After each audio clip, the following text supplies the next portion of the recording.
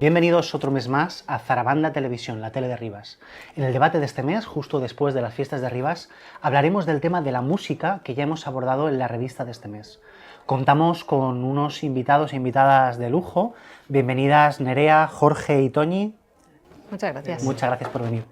Voy a presentarlas, pero a algunos ya los conoceréis.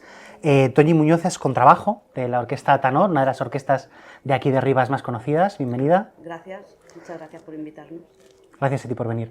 Jorge Monge es DJ de profesión y nos dará una visión un poco más joven para que no nos quedemos solo en la música clásica, aunque tenemos dos grandes intérpretes de esta disciplina. Y por último, pero no menos importante, Nerea Meyer, que tocas el clarinete en la Orquesta Sinfónica de Madrid, que para quien no lo conozca es la orquesta que está también en el Teatro Real acompañando todos los conciertos, obras que llevan esta música. Bienvenida. Muchas gracias. Pues empezamos hablando un poco de igual que en estas fiestas hemos tenido conciertos de muchos tipos, de muchas corrientes musicales distintas, ¿no? Para todos los gustos. Todos empezamos a veces por un cassette de nuestros padres, por un profesor de música que nos introduce en un instrumento o porque nos mola de repente ver a alguien tocando la guitarra. ¿Cómo es vuestro primer acercamiento al interés por la música? Bueno, pues en mi caso llegué tarde, porque llegué ya muy mayor. Yo cantaba en un coro, pero nos daban las partituras un poco de apoyo para ver si subía o bajaba, pero yo no sabía leer. Entonces mi curiosidad empezó ahí, porque había veces que la directora del coro nos decía, eso no es lo que está escrito.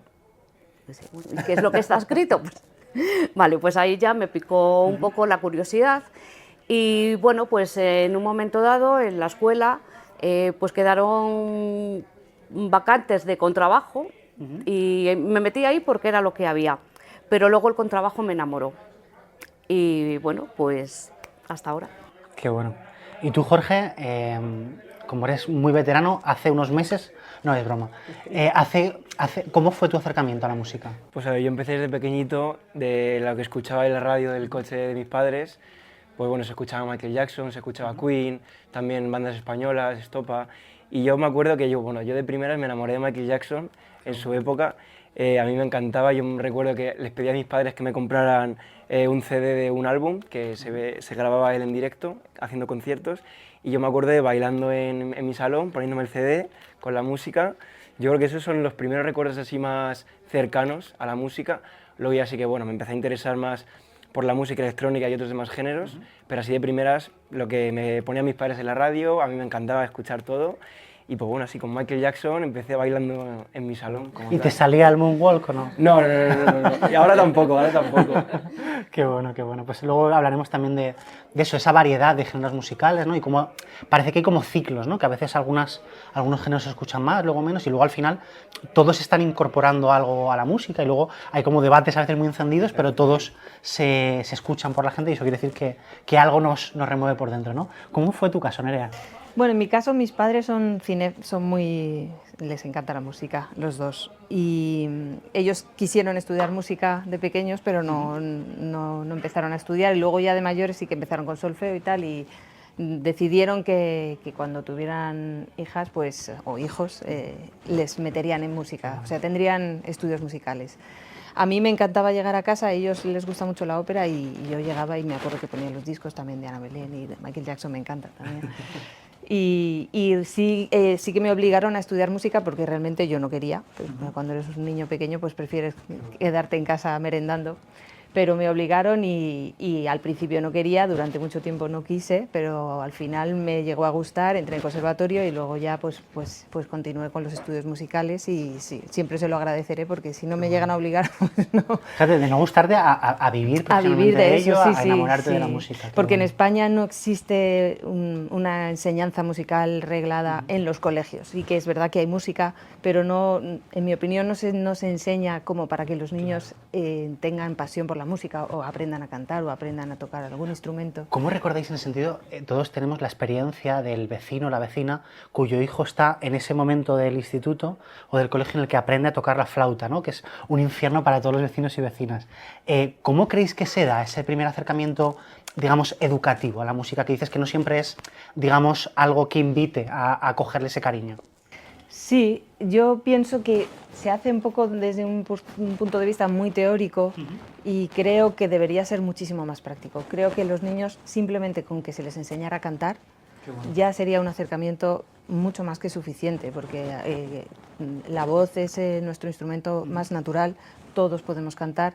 Y sí que necesitas de una técnica, pero no es lo mismo que un instrumento que requiere, en principio, mucha más dedicación, y todo el mundo puede cantar, y enseguida con una clase de chavales que les dividas en 4 voces, ya puedes hacer virguerías, y estoy convencida que a los chavales les encantaría. Qué bueno. ¿Cómo lo ves tú, Tony?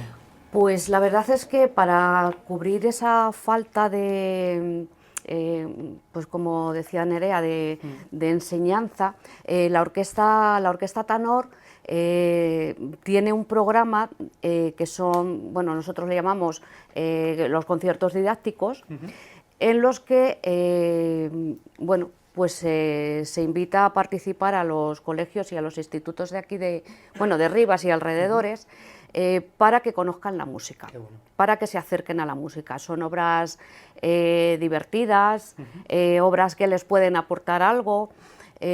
Cuando hemos hecho musicales, bueno, pues lo hemos dado para que trabajen con los profesores de música, y de esa forma pues ir metiendo a los chavales también en este mundo. La Orquesta Tanor no solamente hace obras clásicas, bueno, pues tenemos un programa variado, entonces muy cercano también a los chavales en ese sentido. Una de las cosas muy características, te quiero preguntar por ello, de la Orquesta Tanor, es que está muy presente en la vida asociativa de Rivas, ¿no? Con conciertos solidarios, colaborando de muchas formas. ¿Creéis que eso ayuda a que la música esté más presente en la sociedad? Yo creo que sí. Yo creo que sí, que el hecho de, bueno, de estar ahí, es que es lo mismo que está el deporte. Si no te ven, claro, no saben que existes. Claro. Si no ven música o no escuchan música, no saben que la música existe. Entonces, yo pienso que sí, que es un buen motivo para que, bueno, los niños y el resto de la población, porque, como yo comentaba, yo llegué tarde, pero no por eso menos apasionada que a lo mejor un niño que tiene una progresión más larga, que puede ir al conservatorio y tal. O ya conservatorios, eso ya, pues estudiar mucho. ¿Y cómo es, Jorge, tu caso, ¿no? Porque estamos hablando como de 2 casos más vinculados a la música clásica. ¿Cómo es tu acercamiento hacia la electrónica?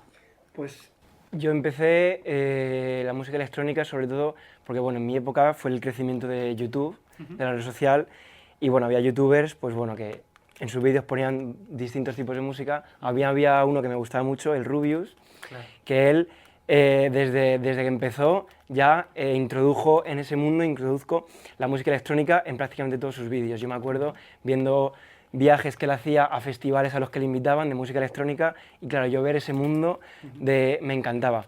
Porque claro, viajar con esa música que en principio cuando yo empecé en los años 2012, 2013, 2014 fue cuando pegó el boom de la música electrónica de baile, el EDM.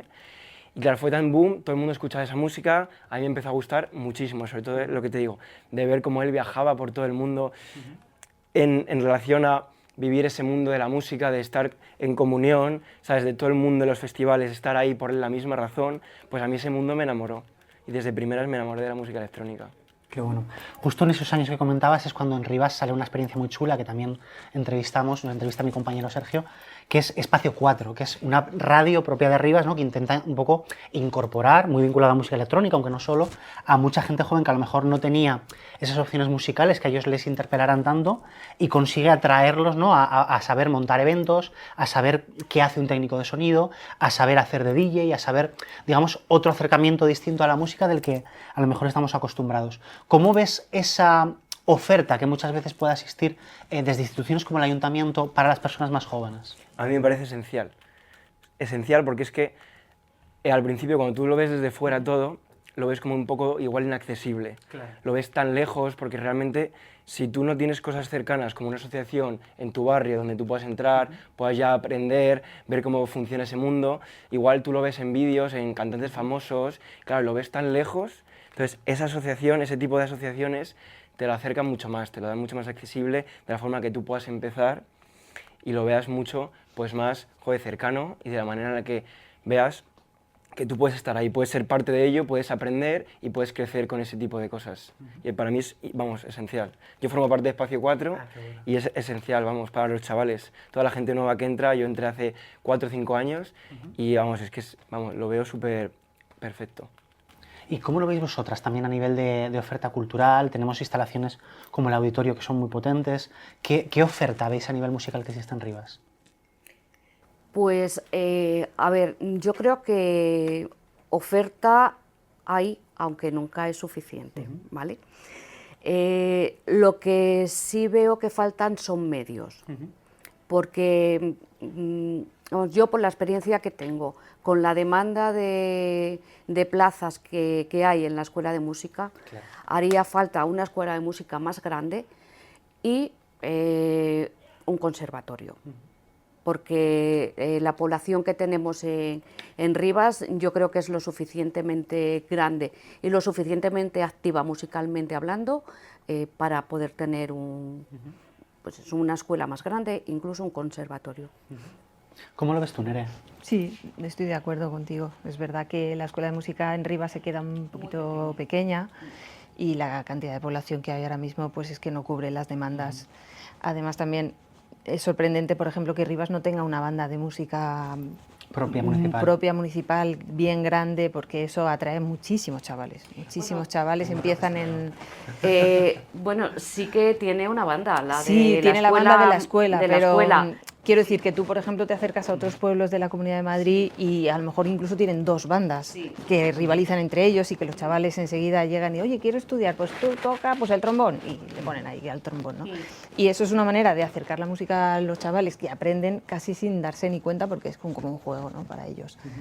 Y eso yo en Rivas sí que lo echo de menos. También echo de menos una oferta cultural de música clásica un poquito más potente y más profesional, en mi opinión. ¿Y cómo veis la diversidad de géneros? Nosotros hacíamos, por ejemplo, en la revista un análisis de qué grupos tocaban en las fiestas, ¿no? Y a lo mejor hay géneros como pueda ser el rap, que tienen cierta presencia, o como pueda ser el rock, y a lo mejor otros géneros como que no siempre o no todos los años están presentes. ¿Cómo veis esos equilibrios entre géneros? Bueno, yo particularmente en las fiestas, creo que las fiestas son para bailar, entonces ahí no me parece que la música clásica deba estar presente, en mi opinión, vamos. Pero sí por ejemplo, pues en un ciclo de conciertos en el auditorio, creo que yo, por lo menos, me parece que es una carencia. Sí, yo estoy totalmente de acuerdo con Nerea, porque además se le da poca publicidad por parte del ayuntamiento a agrupaciones como puede ser la nuestra, la Orquesta Tanor. Muchas veces nosotros los conciertos que damos en el Auditorio Pilar Bardén son realmente casi para la familia y los 4 vecinos que te conocen. O sea, haría falta más publicidad por parte del ayuntamiento para que la gente se acercase. Claro. Y también un poco el poder acercar la música sinfónica, no tanto la música clásica, sino la música sinfónica al resto de la población, y a la vez que ellos no tuvieran tanto miedo a la hora de ver un concierto de una orquesta. Vosotros jugáis mucho con las bandas sonoras, con los musicales, Sí. que muchas veces a lo mejor gente que no está tan acostumbrada a ese tipo de música, sin embargo, reconoce Claro. esas melodías o les interpela más. Claro, ahora mismo estamos preparando ya para el concierto de junio, para el cierre ya de temporada, pues estamos preparando obras de Williams, de Morricone, o sea, lo que es Star Wars, Indiana Jones, bueno, pues las bandas sonoras del bueno, el feo y el malo, que además todo el mundo las conoce, y bueno, pues son llamativas. Aparte nosotros pues intentamos acercarlo más a la población y hacemos bueno, pues algún tipo de espectáculo siempre con los montajes. Entonces intentamos que sea atractivo, pero aún así se necesita más publicidad. No sé cómo podría hacerlo el ayuntamiento, pero sí que se necesita más que la gente lo conozca. Claro. Y quien no necesita publicidad es Espacio 4 en las fiestas, que siempre llena. ¿Cómo lo ves tú, la oferta cultural? Joder, pues mira, para mí las fiestas, por lo que ha dicho Nerea, aunque sea para música de baile, siempre entra cualquier tipo de música. Aunque sea música clásica, siempre hay gente a la que le gusta eso. Y creo que en todas las fiestas siempre hay hueco para todo. Y tanto para música clásica como para cualquier otro género, siempre hay un huequito.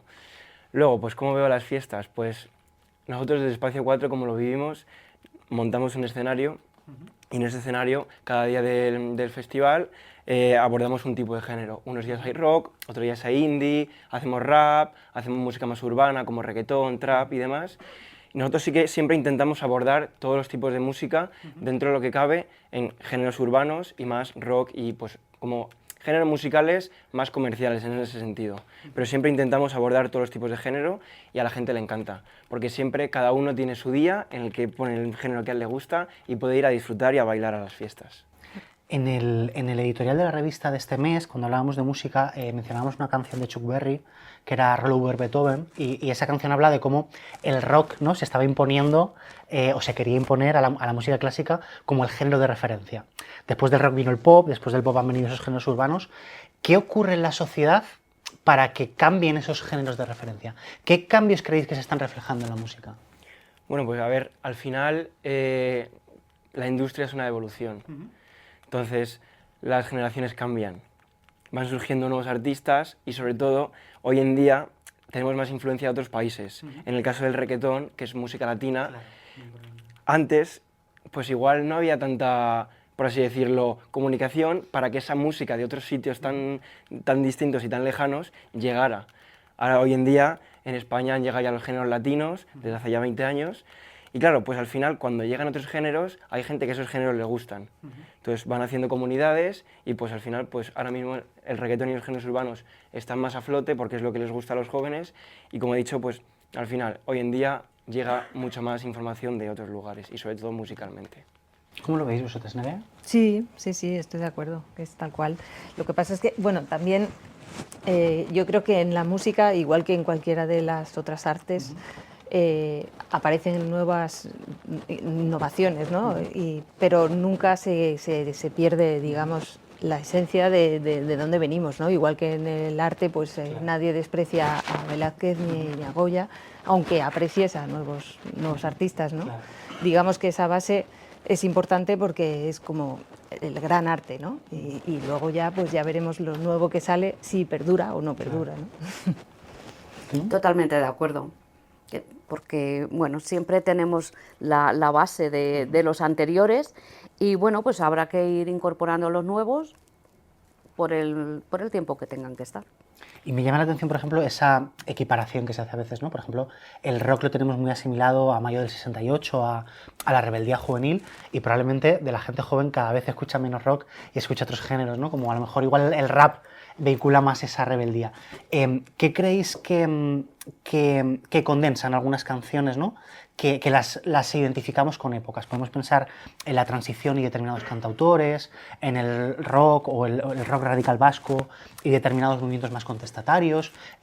¿Qué identificación creéis que se produce entre este tipo de canciones que condensan movilizaciones sociales? Bueno, yo creo que cada época tiene como una banda sonora, ¿no? Y quizá es a lo que tú te refieres, ¿no? Pues en un momento en el que hay una protesta, pues siempre viene muy bien que haya una canción, porque acompaña un poco esa protesta, esa banda sonora. Qué bueno. Y eso siempre ha pasado a lo largo de la historia. Fijaros, hace poco en Chile el movimiento de las tesis, ¿no? Me parece que se llamaban, el de y la culpa no era mía, ni eso cómo es, estaba, ni algo así, ¿no? Era pues eso es, digamos que ha sido una banda sonora de una protesta que ha acompañado al 8M durante muchos años. Pues siempre la música es una referencia en las protestas. Y una cosa que nos parecía muy interesante cuando hablábamos con la gente para el reportaje y lo habéis mencionado indirectamente, es el cómo heredamos esos referentes culturales. Es decir, yo tengo mucho el recuerdo de que acabas cogiendo referentes musicales porque vas en el coche con tus padres, ponen el disco o el casete y escuchas lo que escuchaban tus padres. En un momento en el que te pones los cascos y escuchas Spotify o YouTube y hay una fragmentación que amplía mucho el abanico, pero que dificulta mucho más ese espacio compartido de escucha, ¿cómo se comparten esos referentes? Bueno, a ver, yo puedo decir que sí que es verdad, hoy en día ya es más complicado lo que has explicado, porque al final, bueno, yo cuando iba con el coche con mis padres, de pequeño, yo escuchaba lo que me ponían, Claro. porque era lo que había, porque era la radio y ya está. Luego ya, bueno, empecé ya un poco en el MP3 y demás, pero claro, hoy en día yo entiendo a los chavales que van en el coche, que tienen ya 10, 11, 12 años, tienen ya móvil, incluso antes, y ya se ponen lo que ellos quieren en el Spotify o donde escuchen la música. Entonces, claro, no hay esos referentes que tienen los padres o que tienen música más adulta o que tienen gente más adulta, no llega a esos chavales jóvenes, porque ya hoy en día con las redes sociales y Spotify, que lo tienes todo a tu gusto, lo que tú quieres escuchar en ese momento, pues igual no hay esa conversión como tú dices. ¿Cómo lo veis vosotras? Totalmente de acuerdo. Fíjate, me decía Pedro Pastor, que era yo era el vaso medio vacío y era el vaso medio lleno, y me decía, no, es al revés, igual que los padres o las madres se comen Dora la Exploradora, el temazo que va a escuchar el niño lo van a escuchar los padres. Ahora es un camino de ida y vuelta, ¿no? Y decía, bueno, no lo había planteado, pero me parece que puede suceder, claro, Hombre, que puede claro, darse eso es ese verdad camino de ida y también, vuelta. por supuesto, claro, que la gente joven te enseña lo que Claro. ellos escuchan y también lo aprendes, por supuesto, claro. ¿Os ha pasado a lo mejor de que de repente alguien, un amigo, una amiga, os recomienda a lo mejor una canción de un género que no soléis escuchar y dices, hostia, esto cómo mola? Sí, yo tengo el ejemplo de mi hijo, que mi hijo, bueno, pues se educó con lo que nosotros escuchábamos, básicamente rock, pero él le gustaba, pero bueno, pues fue conociendo otros géneros y sí que de esos géneros que a lo mejor a mí no me gustan tanto, sí que está el temazo. Claro. Ahí dice, oye, ¿y esto de dónde ha salido? Entonces, eso sí que me lo ha incorporado a mí mi hijo.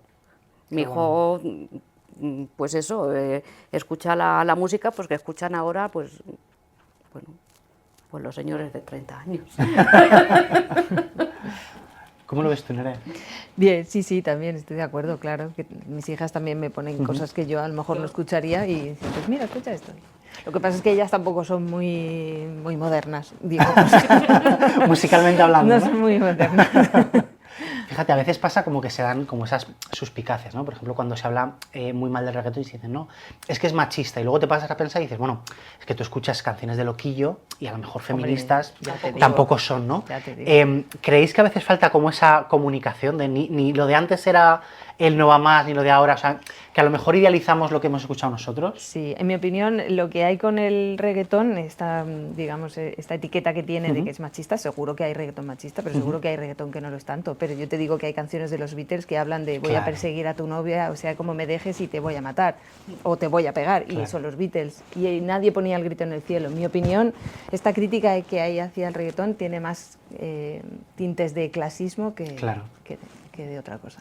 A mí una cosa que me llama mucho la atención, y lo mencionaba Jorge en parte, es como la mayoría de esos cambios de géneros que cogen influencias normalmente son digamos, de los grupos sociales que estaban más excluidos o incluso de otros países, ¿no? Cuando hablamos del rock era una influencia claramente afroamericana, cuando hablamos de los ritmos latinos claramente habían estado fuera de todo lo que era la industria discográfica, musical, que era absolutamente occidental, europea, etc. ¿Creéis que el éxito precisamente de esa música urbana tiene un poquito de venganza contra ese eurocentrismo del que habíamos pecado a lo mejor en la música? Bueno, yo creo que puede ser distinto. Al final, cuando llegan, si en España, pongamos, que el rock fue lo que más estaba presente, al final son aires nuevos, aire fresco. Entonces, cuando llega un aire fresco, y lo que he dicho antes, hay una comunidad a la que le gusta, esa comunidad se va expandiendo. Se va creando ya en España música de ese estilo, entonces pues todo se va abriendo, sí puede ser.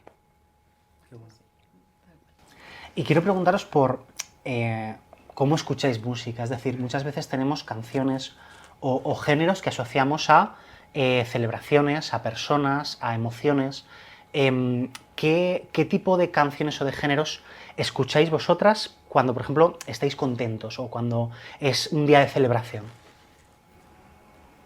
Pues, a ver, yo es que no excluyo ningún tipo de música, pero bien es cierto que a lo mejor cuando yo estoy en casa, depende en el momento en el que yo esté, escucho un tipo de música u otro. Claro. O sea, si yo estoy pues en casa por ahí y tal, pues a lo mejor escucho canciones que puedo ir cantando, que me animan un poquito y tal. Luego, pues depende, si estoy estudiando, pues escucho las canciones que tengo que estudiar para la orquesta, para, Claro. bueno, pues para quedarme un poco más para conocerlas más.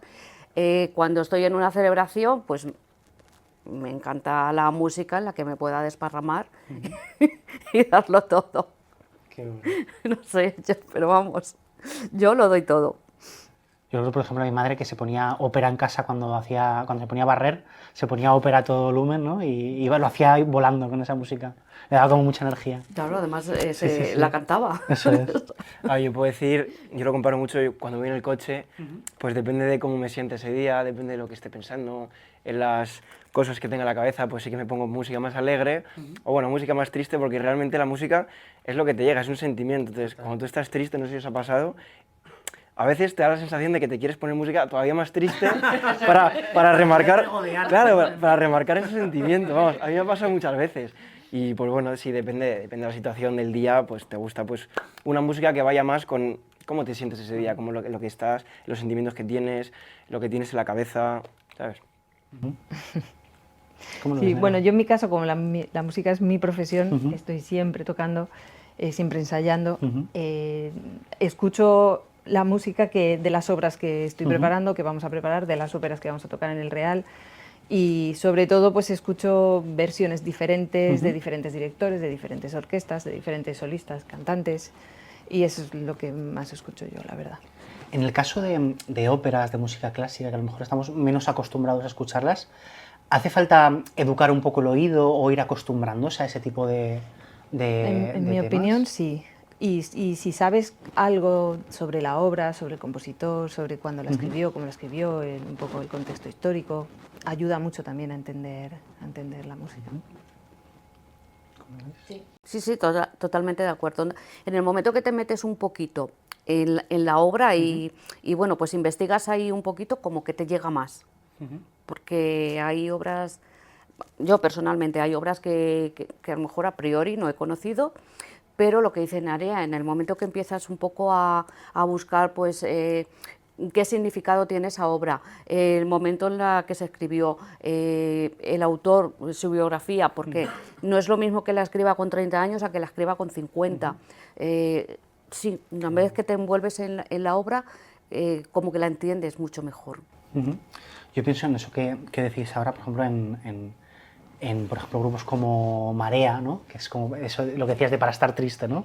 Y te pones Marea, que te recita un poema súper triste de desamor, y es como que te regodeas en eso, y a lo mejor necesitas un chute de energía y te pones a Hardfighter, ¿no? Y te mete ahí energía en vena.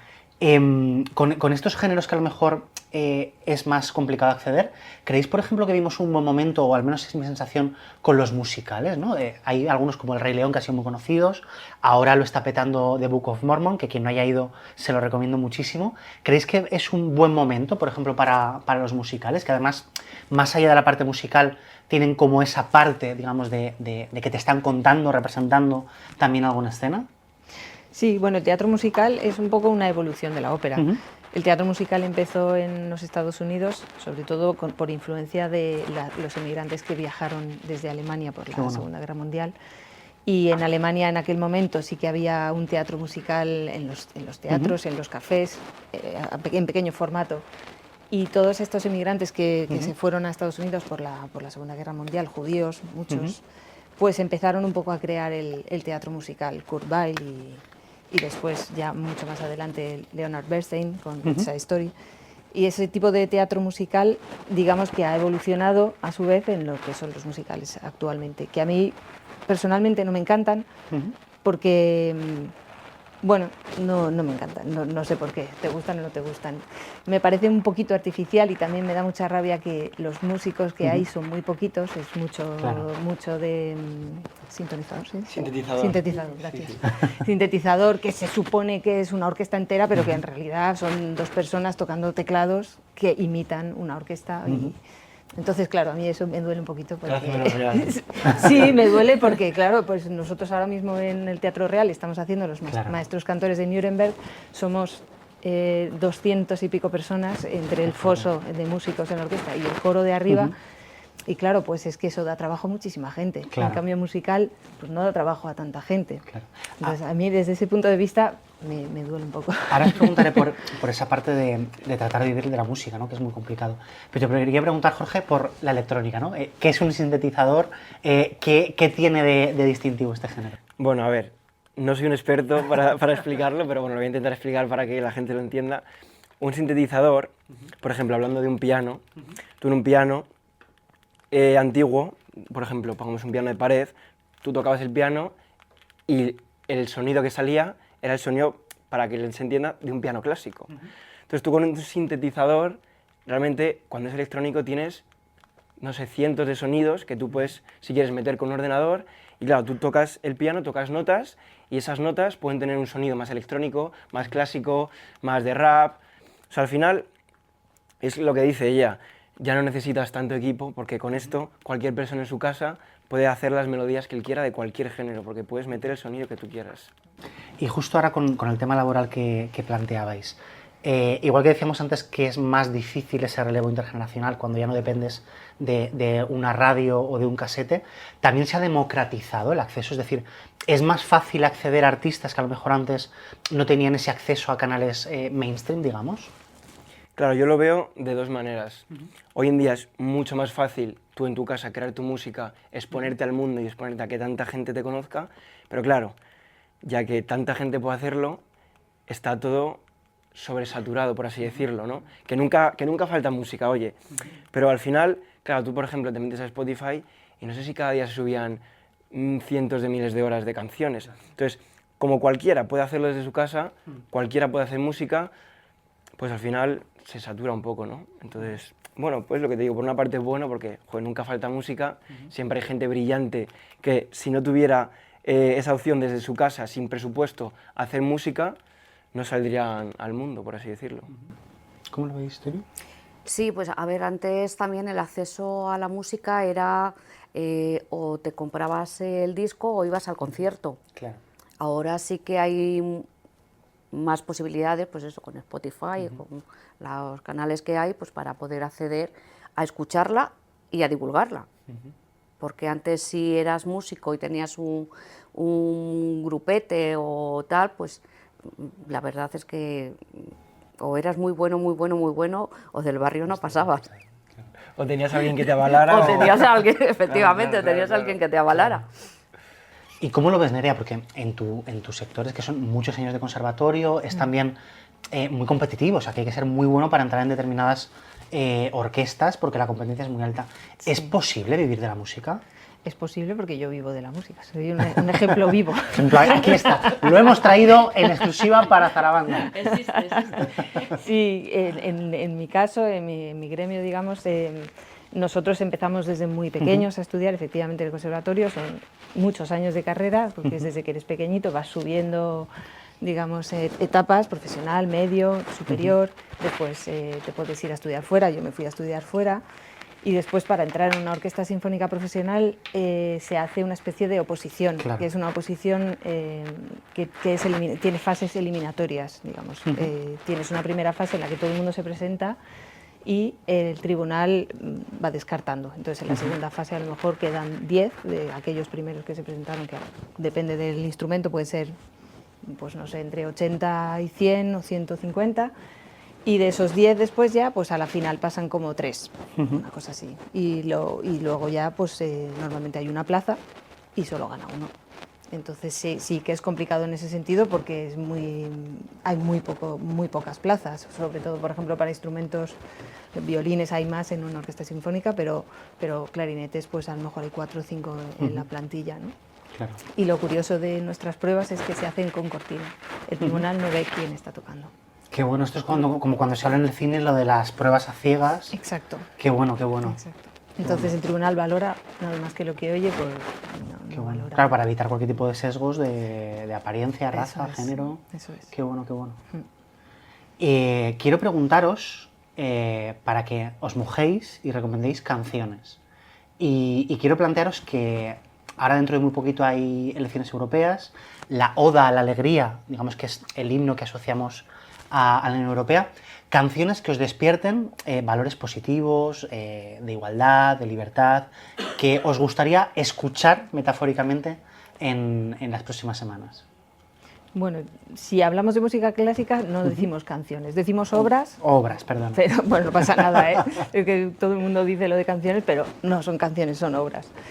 Si es por mi sector, digamos, pues por ejemplo yo recomendaría la Tercera Sinfonía de Beethoven, que Beethoven se la escribió a Napoleón cuando Napoleón parecía que iba a ser un... Qué bueno. Bueno, que era, ¿no? Que era un tipo muy moderno y que iba a cambiar un poco el sistema que había, y después, bueno, se lo escribió y de hecho estaba recomendado por él. Y después cuando vio que se convirtió en un tirano y que empezó a conquistar Europa sin dejar títere con cabeza, él lo tachó y de hecho en la partitura original ves que está completamente tachado. Y entonces ahora se llama Heroica, tiene el sobrenombre de Heroica, pero la Tercera Sinfonía de Beethoven, pues en estos momentos que dices de europeo, pues mira, sería una recomendación. Yo como, bueno, amante de Queen, no puedo no recomendar Don't Stop Me Now, Qué bueno. que para mí, joder, es un momento, es lo que hemos hablado antes, ¿no? De cuando estás en un día contento, que te apetece ponértela y que esa sensación de alegría suba a lo más alto, ¿no? Luego, pues, si no es Queen, hay un artista de música electrónica que falleció ya, se llama Avicii, un productor que a mí me gusta muchísimo. Y sí que no te sabría decir canciones en concreto, pero sí que mucha parte de su música te invita a ese momento de alegría del día, o cuando vas en el coche y estás contento porque vas a un sitio, vas a un cumpleaños, una fiesta de algún amigo, sí que te gusta ponértelo y pues bueno, que eso, que es que te pega el subidón, claro. Son esas canciones o grupos o obras, ¿no?, que te transmiten ese buen rollo, ¿no?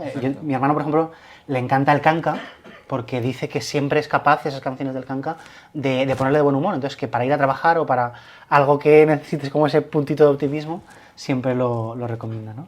¿Toño?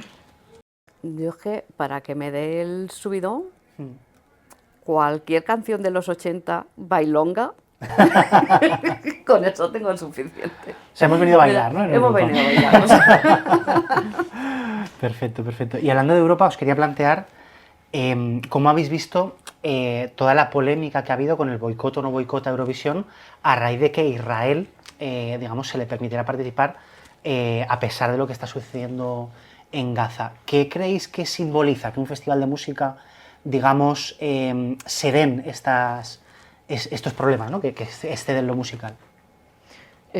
Bueno, a mí personalmente me parece bien que se le haga ese boicot a Israel, porque además Israel, que yo sepa, no es Europa, ¿no? Y Eurovisión creo, bueno, yo soy muy ignorante con este tema, porque creo que son países de Europa que se postulan, ¿no? Algún artista que se postula, pero Israel, que yo sepa, no es Europa. Dicho esto, me parece bien que se le haga un boicot por lo que está haciendo. Participa en competiciones deportivas europeas también, no, ¿Ah, solo, sí? no es solo música, pero bueno, es verdad que es lo más llamativo. Pues es curioso porque, bueno, no sé. A lo mejor es una colonia europea, no lo sé, y por eso, pero bueno, sí, continuemos.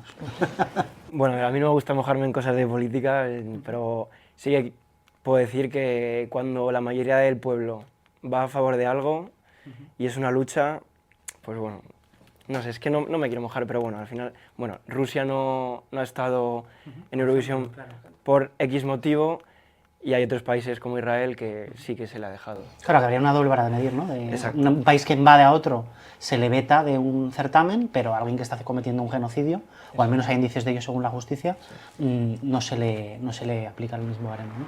¿Toño? Yo pienso que no habría que mezclar la política con la música, pero en este caso es tan flagrante lo que está pasando, que es que no puedes mirar para otro lado. Claro. Entonces, no me parece mal que se haya vetado a Israel. Pero fíjate, por ejemplo, por darle una vuelta a casos más positivos, ¿no? Comentabas Queen o incluso el mismo Festival de Eurovisión.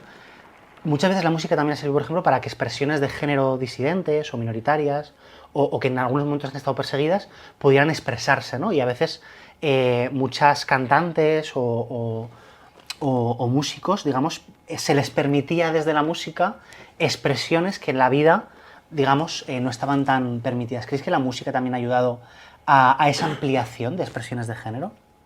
Yo creo que sí. Yo creo que sí porque es una forma de gritar, también, de gritar aquí estoy. O sea, es utilizar la música para poder sacar todo ese sentimiento que la sociedad no te deja sacar. Entonces, sabes que con una canción no te pueden hacer nada. Claro. Entonces es una forma de decir aquí estoy y soy así. Qué bueno. Yo opino lo mismo, al final la música es arte y el arte quieres expresar cosas. Entonces, tanto si hablas de una canción de rap que te expresa un desamor que ha tenido el artista y que lo quieres sacar sin, pues como ha dicho Toñi, sin que nadie te diga nada, libremente, pues al final la música es que es arte, expresión, tú expresas lo que quieres y cada uno para mí es libre de expresar lo que más le guste y lo que tenga en el fondo del corazón, siempre.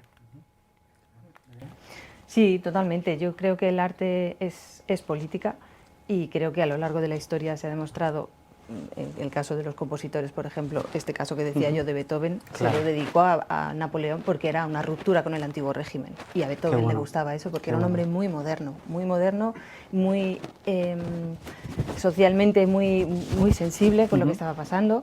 Entonces a él le parecía que era una cosa muy positiva que Napoleón intentara cambiar el antiguo régimen. Después se dio cuenta que no y por eso eliminó digamos, ese sobrenombre. Con lo cual el arte, si tú lo estudias y estudias la historia del arte, por ejemplo en la música, ves que todos los compositores, Mozart, Beethoven, Brahms, todos componían cosas reivindicando, en la ópera hay muchísimos casos, la situación que había en su sociedad, cómo cambiarlo, había muchas veces, por eso está la censura y por eso muchas veces el arte, digamos, es un medio que los poderosos quieren controlar, porque es que el arte al final llega a muchísima gente y el arte es política completamente. De hecho, la familia Medici lo que hacía era poner muchísimo dinero a los artistas porque les decía lo que quería que compusieran, o lo que quería que pintaran, o lo que quería que, ¿sabes? Porque digamos que eso les favorecía a ellos. Entonces, el arte es política sin lugar a dudas. Ha habido, me parece muy interesante el ejemplo de los Medici, ¿ha habido un uso también desde el poder en distintos momentos de la historia de la música? Sí, claro, por supuesto. Totalmente. Es que al principio, antes de que la música estuviese, digamos, profesionalizada, los que pagaban a los compositores eran los poderosos. La Iglesia, la monarquía, la burguesía después un poco más adelante, y ellos decidían lo que quería que compusiera el compositor. Y muchas veces el compositor, por ejemplo, Verdi, había una censura bestial y él tenía que hacer filigranas para escribir y saltarse un poquito la censura, que no se dieran cuenta, y entonces lo hacían de esa manera porque aunque les pagaba el poder, digamos, ellos iban un poco en contra o querían escribir una cosa diferente, ¿no? Pero sí, por supuesto. Me parece muy interesante porque lo tenemos muy asociado eso a la censura de las letras, pero claro, es que existía ya antes con las obras. Sí, sí, por supuesto. Es que, por ejemplo, en el caso de Rigoletto, cuando Verdi compuso Rigoletto, no pasó la censura y Rigoletto estaba basado en un libro de Víctor Hugo. Qué bueno. Del rey, ahora no me acuerdo cómo se llamaba, y era un libro que había tenido un éxito bestial en Europa, pero absolutamente arrasador, un poco como aquí Los Pilares de la Tierra, imagínate, ¿no? Sí. Y entonces Verdi dijo, "Buah, este libro es genial, yo voy a hacer una ópera sobre este libro", y la censura no le dejó. No le dejó y entonces él tuvo que cambiar algunos personajes, modificar el lugar porque era un rey, entonces él dijo, bueno, pues voy a poner un duque, a ver si es un duque, qué tal. Había un momento que como que el duque se insinuaba que había violado a la chica, entonces él lo hace de una manera, y todo esto era pues para engañar a la censura. Hay una anécdota muy divertida en la censura franquista que censuraron unos libros sobre cubismo porque pensaban que iban sobre Cuba. Entonces, verdad, a veces efectivamente. la censura tiene Efectivamente. estas cosas. Quiero preguntaros ya lo último. Creo que ha habido una feminización también en los últimos años de la música. ¿Creéis que está habiendo mucha más igualdad en la música que hace a lo mejor 3, 4 décadas o incluso más atrás? Sí, en mi campo desde luego sí. Sí que hay. Antes, por ejemplo, con directoras de orquesta no había prácticamente ninguna y ahora cada vez hay Qué más. bueno. Incluso en dirección de orquestas todavía más masculinizado, claro. Sí, pero ya hay muchas mujeres. Qué bueno. Sí, sí. Hay un artículo que os recomiendo mucho en la revista de Esperanza Negueroles que habla de una de las primeras compositoras de música que hubo en España, creo que era de la generación del 27, igual ahora estoy metiendo yo la gamba, pero que fue una de las primeras reconocidas, ¿no? Dentro del panorama español, y llamaba la atención, y lo recoge en el artículo, cómo durante siglos había doctrina incluso religiosa de que las mujeres tenían prohibido dedicarse a la música. Quizás un poco lo que hablábamos antes, ¿no? De que esa capacidad de expresión, de libertad, estaba más vedada para ellas. Sí, sí, total. Sí, sí. Vamos, es que la Biblia lo prohibía exprofesamente, que las mujeres no podían hablar en la iglesia. Eso significa que la Qué música bueno. que había en la iglesia nunca podía ser cantada por mujeres. Qué bueno. Por eso están las voces blancas de los niños y por eso después fueron los castrati. Claro. Y es porque las mujeres no podían cantar. Fíjate, qué extremo, ¿no? Inventarse los castrati Para que no canten canten las mujeres, imagínate. Pues bueno, estamos rompiendo Sí, sí. la batuta y ahora ya puede cantar y tocar todo el mundo. ¿Algo más que queréis añadir? Os voy a pedir una recomendación musical ya para cerrar el debate. Una canción favorita que tengáis. Bueno, yo puedo decir mi canción favorita, que es de Avicii, que se llama Without You, que para mí, bueno, es una canción melancólica, pero alegre, que bueno, yo desde que la descubrí me encantó, y bueno, yo como recomendación, pues mi canción favorita. ¿Toñi? Pues mi canción favorita no existe como tal, pero si te voy a decir una, te voy a decir Waterloo, de ABBA. Qué bueno. Pues yo no ¿Verdad? sabría decirte, pues alguna de Michael Jackson. Ya que Qué hablamos bueno. de canciones, pues no sé, Smooth Criminal, por ejemplo.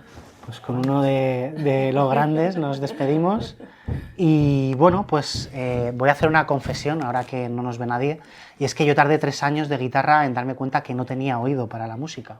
Pero bueno, hemos tenido un debate, hemos aprendido mucho con todas nuestras invitadas y nos quedamos con eso, con toda la capacidad que tiene la música de expresar muchísimas cosas, de hablarnos de cosas que trascienden incluso la música. Y es que decía Mozart que la música es el único camino hacia lo trascendente y por eso nos acompaña en los momentos tristes, nos acompaña en los momentos alegres, nos acompaña en las bodas, en los momentos que podamos a lo mejor querer celebrar algo que nos emociona, y esa capacidad tiene que ver con algo muy especial del ser humano, como es el arte y como es la capacidad de emocionarnos con algo como es la música. Así que lo dejamos aquí, os invitamos a suscribiros a Zarabanda Televisión, a ver no solo el debate, sino también las entrevistas a Espacio 4, a Pedro Pastor, a los artistas que van pasando a veces por el programa, y sobre todo a que busquéis, ahora que se ha democratizado el acceso, nuevas voces, nuevas canciones, nuevas músicas y, por qué no, de todos los géneros. Hoy hemos hecho una reivindicación también de la música clásica, tenéis, ya lo sabéis, la Orquesta Tanón Rivas muy a menudo, así que buscad, que encontraréis seguro una música para vuestros oídos. Nos despedimos por hoy, muchas gracias por acompañarnos en Zarabanda Televisión.